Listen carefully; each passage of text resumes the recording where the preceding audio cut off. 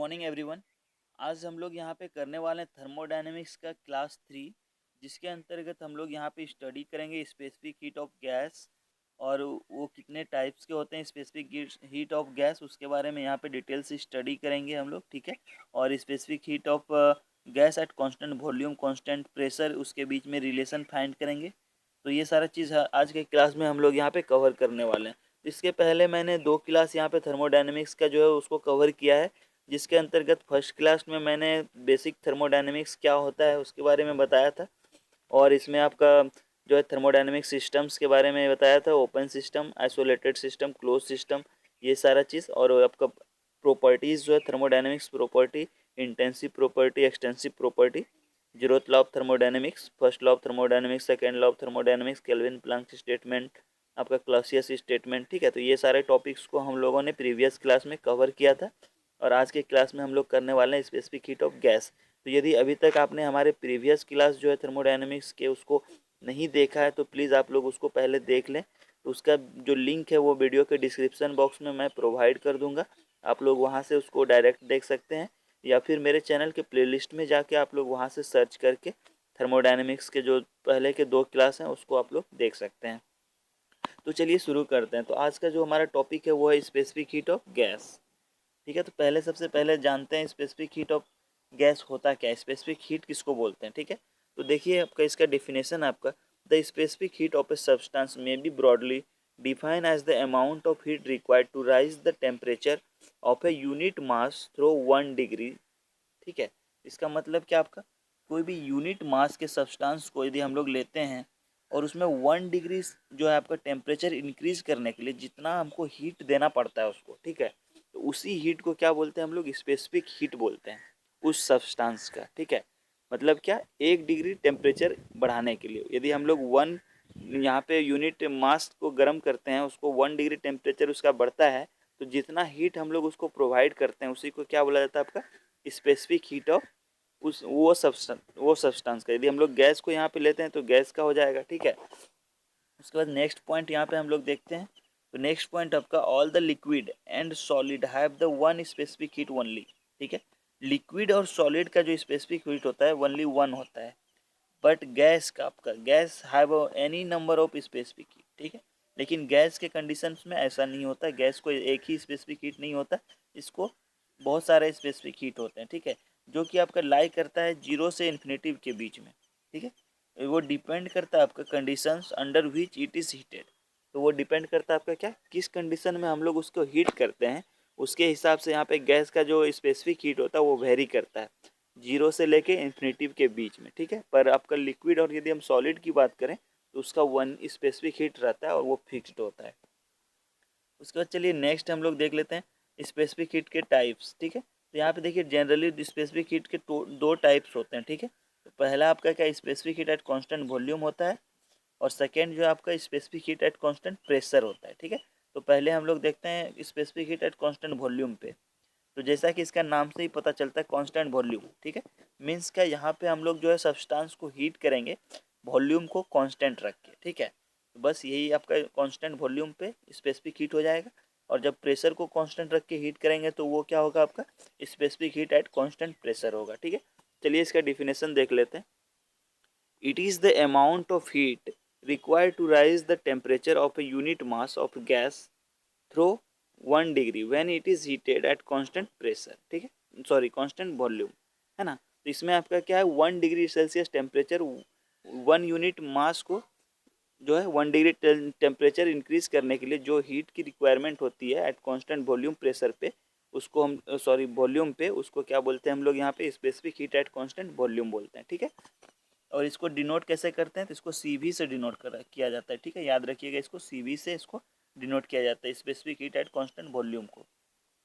उसके बाद यदि हम लोग यहाँ पे इसका रिलेशनशिप फाइंड करें तो देखिए, आपको मान लेते हैं हम लोग M जो है क्या है, मास ऑफ गैस है। M आपका मास ऑफ गैस है, और T1 जो है इनिशियल टेम्परेचर ऑफ गैस है, और T2 जो है उसका फाइनल टेम्परेचर ऑफ गैस है, जब उसको हीट कर दिया उसके बाद का टेम्परेचर आपका क्या है, T2 है। ठीक है। तो चलिए अब हम लोग यहाँ पे यदि हम लोग टोटल हीट सप्लाई की बात करें, कितना हीट हमने सप्लाई किया उसमें एट कांस्टेंट वॉल्यूम, तो वो आपका क्या होगा, Q बराबर हो जाएगा आपका मास गुना specific heat of constant volume. Into rise in temperature. ठीक है, तो मास आपका m माने है और आपका specific heat at constant volume, इसको Cv बोला जाता है आपका। यहाँ पे आपका ये Cv है और इसको गुना कर देंगे हम लोग किससे, टेम्परेचर राइज। तो टेम्परेचर कितना इंक्रीज होगा यहाँ पे, T2 आपका फाइनल टेम्परेचर है और T1 जो वो क्या है, इनिशियल टेम्परेचर है। ठीक है, तो ये आपका क्या हो जाएगा, राइज T2 माइनस T1 आपका टेम्परेचर राइज। तो फाइनल जो हमारा यहाँ पे रिलेशन आया Q बराबर क्या आया आपका, mCv T2 माइनस T1। ठीक है, ये आपका कब होगा, जब हम लोग कांस्टेंट हीट पे उसको कांस्टेंट वॉल्यूम पे जब गर्म करेंगे तो। ठीक है, इसको याद रखिएगा। उसके बाद देखिए, when a gas is heated at constant volume no work is done by the gas. ठीक है, जब हम लोग क्या करेंगे, यहाँ पे वॉल्यूम हमारा कांस्टेंट रहेगा तो वर्क डन क्या होगा, हमारा जीरो होगा। क्यों जीरो होगा, क्योंकि हम लोग जानते हैं वर्क डन बराबर क्या होता है, पी डीवी। डीवी क्या आपका चेंज इन वॉल्यूम है, तो यहाँ पे वॉल्यूम चेंज क्या हो रहा है, जीरो हो रहा है, तो इसलिए हमारा वर्क क्या हो गया, जीरो हो जाएगा। ठीक है, और जब कांस्टेंट वॉल्यूम पे किसी भी चीज़ को गर्म करेंगे तो उसका वर्क डन क्या होगा, जीरो हो जाएगा। ठीक है, उसके बाद नेक्स्ट हम लोग देखते हैं यहाँ पे, the whole heat energy is utilized in increase the temperature and pressure of the gas। ठीक है, तो यहाँ पे जितना भी हमारा कांस्टेंट वॉल्यूम पे जब हीट करते हैं तो एनर्जी जो होता है वो यूटिलाइज होता है हमारा प्रेशर और टेम्परेचर को इंक्रीज करने में गैस का। ठीक है, और उसको यदि हम लोग अदर वर्ड में समझे तो all the amount of heat supply remain with in the body of a gas. ठीक है, तो यहाँ पे कोई भी वर्क डन तो होता नहीं है, तो जितना भी हमारा एनर्जी यहाँ पे जनरेट होता है, सप्लाई करते हैं, वो सारा क्या होता है हमारा यहाँ पे स्टोर होता है विद इन द बॉडी में, and represent the increase in internal energy of a gas. और वो क्या करता है हमारा, इंक्रीज करता है उसका क्या, बॉडी का इंटरनल एनर्जी में। इसको ऐसी इस तरह से हम लोग समझ सकते हैं। फर्स्ट लॉ ऑफ थर्मोडायनेमिक्स से हम लोग जानते हैं Q इक्वल्स टू क्या होता है, डेल्टा E प्लस डब्लू, है ना, change in internal energy plus W. अब यहाँ पे कांस्टेंट वॉल्यूम में जब हम लोग हीट करेंगे तो हमारा वर्क डन तो जीरो हो जाएगा, यानी आपका Q जो है वो बराबर हो जाएगा क्या, इसके डेल्टा ई के, यानी इंटरनल एनर्जी के ओनली। तो यदि हम लोग जितना भी हीट देंगे वो सारा किस फॉर्म में कन्वर्ट हो जाएगा, आपको इंटरनल एनर्जी के टर्म में। ठीक है, यहाँ क्योंकि यहाँ पे वर्क डन तो जीरो है, वही चीज़ यहाँ पे लिखा गया है। उसके बाद चलिए नेक्स्ट टॉपिक हम लोग यहाँ पे डिस्कस करेंगे, specific heat eight a constant pressure. ठीक है, पहले था हमारा कांस्टेंट वॉल्यूम, अब क्या है हमारा कांस्टेंट प्रेशर है। तो देखते हैं इसका डिफिनेशन क्या है। It is the amount of heat required to raise the temperature of a unit mass of a gas through 1 degree when it is heated at constant pressure.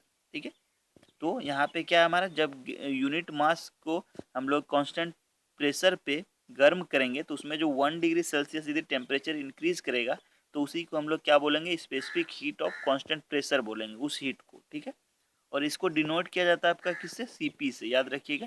इसको Cp से किया जाता है आपका कांस्टेंट प्रेशर पे जब गर्म करेंगे तो Cp से, और जब कांस्टेंट वॉल्यूम में करते थे तो उसको Cv से डिनोट किया जाता था। ठीक है, उसके बाद चलिए यहाँ पे देखिए, मान लेते हैं हम लोग mkg मास को हम लोग यहाँ पे हीट कर रहे हैं और इनिशियल टेम्परेचर उसका T1 था और फाइनल जब उसको हम लोग हीट कर दिए तो उसका फाइनल टेम्परेचर जो था वो क्या था, T2 था। ठीक है,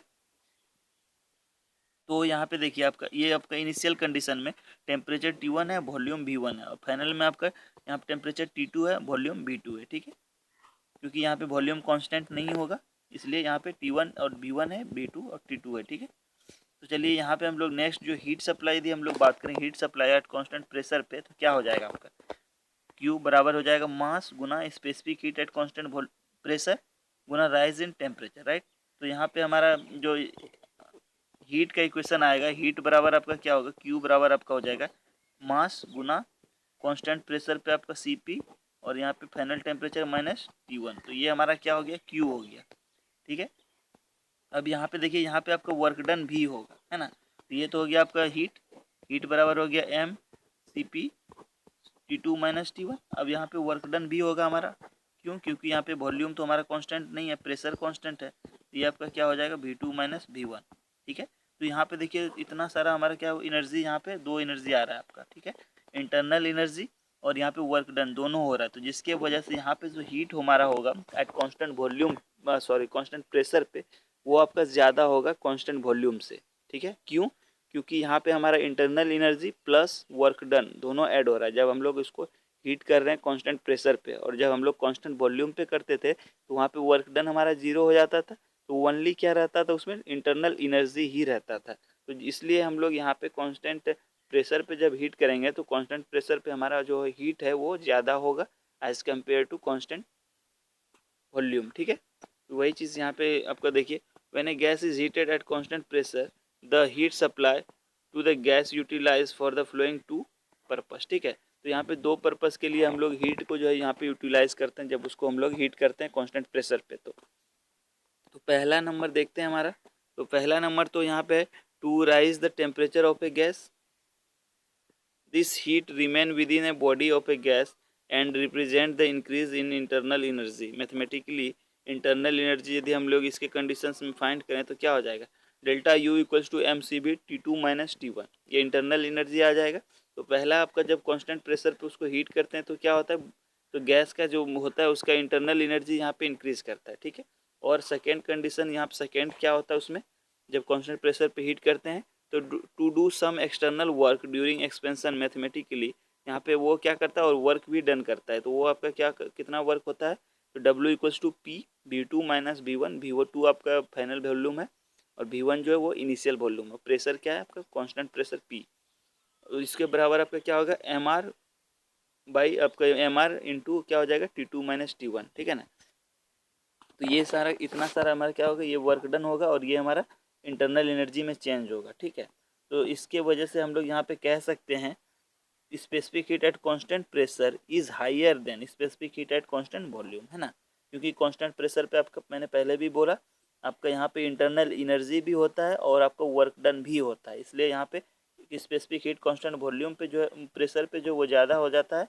कांस्टेंट वॉल्यूम के तुलना में। ठीक है, उसके बाद चलिए रिलेशनशिप देख लेते हैं हम लोग, स्पेसिफिक हीट के बीच रिलेशनशिप क्या है। तो यहाँ पे दो रिलेशनशिप हम लोग इसके बारे में देखेंगे। तो पहला रिलेशन जो देखेंगे वो है आपका स्पेसिफिक हीट, उसका जो डिफरेंस होता है वो आपका गैस कांस्टेंट के बराबर होता है। ठीक है, C P minus C V जो होता है वो बराबर होता है आपके किसके, गैस कांस्टेंट के। ये पहला रिलेशन है और बहुत ही ज़्यादा इंपॉर्टेंट रिलेशन है। ठीक है, इसको आपको हमेशा याद रखना है।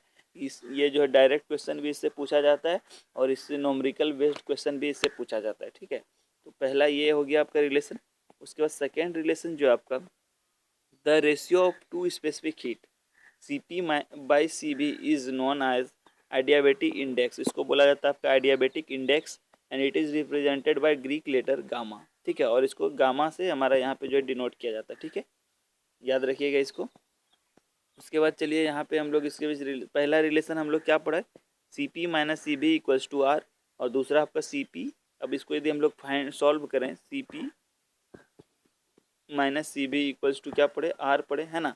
अब यदि यहाँ पे हम लोग सी बी से डिवाइड कर दें तो क्या हो जाएगा, यहाँ पे आपको वन आ जाएगा, है ना, फिर वन को उस पार ले जाएंगे तो हमारा क्या आ जाएगा C P by C B equals to one plus R by C B. ठीक है, तो उसको यदि हम लोग इसको देखिए क्या लिख सकते हैं, गामा, क्योंकि इसका डिफरेंस अभी हमने पढ़ा था C P by C B जो होता है वो इक्वल्स टू होता है गामा, तो गामा बराबर आपका क्या आया one plus R C B. ठीक है, इसको याद रखना है आपको, ये आपका नोमरिकल क्वेश्चन में पूछा जा सकता है, ऑब्जेक्टिव में भी पूछा जा सकता है। ठीक है, तो गामा बराबर क्या होता है one plus R by C B, और इसको आप लोग इस तरह से सॉल्व भी करके यदि आपने ये वाला इक्वेशन याद रख लिया C P minus C B equals to R होता है, तो आप लोग जो है इजिली गामा का वैल्यू जो है वो आर बाय सी बी के टर्म में निकाल सकते हैं। ठीक है, उसके बाद देखिए आपको यहाँ पे ये बहुत ही इंपॉर्टेंट है, इसको याद रखना है आपको हमेशा।